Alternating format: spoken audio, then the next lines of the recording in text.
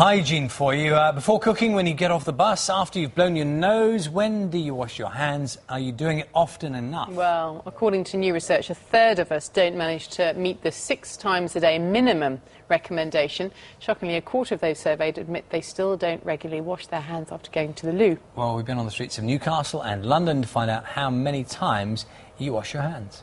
A little bit of soap. I wash my hands a million times. I couldn't tell you how many times I wash my hands. Every time necessary. 4 or 5 times. I've actually just borrowed some gel and boots to do it.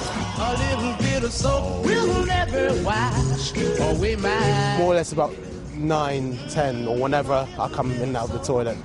I wash my hands probably 15 times a day. Well, it's whenever I go to the toilet, really, and then if I'm eating. We'll never begin.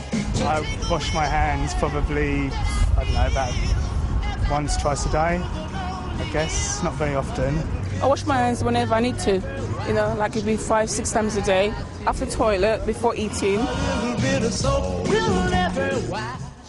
Well, we're joined by Majella Houghton, who's a clinical nurse, a specialist in infection control at University College London, and you brought in with you the machine you can see on the desk here, which we'll have a look at properly in a minute, but this is a help in terms of showing people how dirty their hands are, effectively. It's a visual teaching aid for staff or healthcare workers to learn how to wash their hands properly. Now, because of swine flu and because of other diseases at the moment in hospitals and outside of hospitals, we're hearing more and more about the necessity for cleanliness in the hands.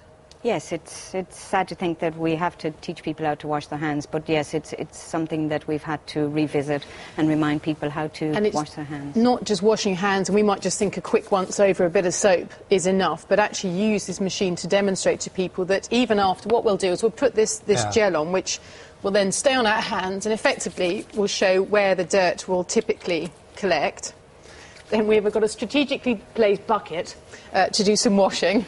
Oh, yeah. Quick. So I can, if I wash down my hands now, then I put them in put them in the machine, and it's going to illustrate how well or not the hands are cleaned. How you wash your hands. Because you can't necessarily see bacteria. Yes. You kind of think, well, my hands are pretty clean, but that's not necessarily the case. No, it's that's why we encourage people to think about what tasks they do in a clinical setting, or if you're in a home setting, as you mentioned earlier about do you wash your hands before you prepare food? Well, yes, you should. Yeah. And after going to the toilet and a lot of other tasks that So you I'm do. hoping that when I put my hands in here, nothing will glow because it should show that I've done a really good job, but however. So let's have a look. So, OK, as you can see, actually, around the fingernails and everything, there's actually quite a lot of gel still in there. So what does that then show, Majella?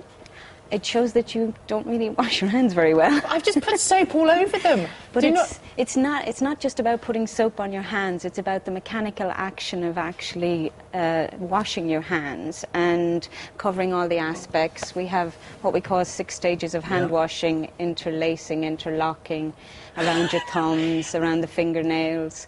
So just doing, as I call a dibble-dabble, is going to have the effect that what you're showing us here. So people actually have to put a bit of energy into washing really your have hands. to go with it. You almost want to get a little scrubbing brush each time you do it.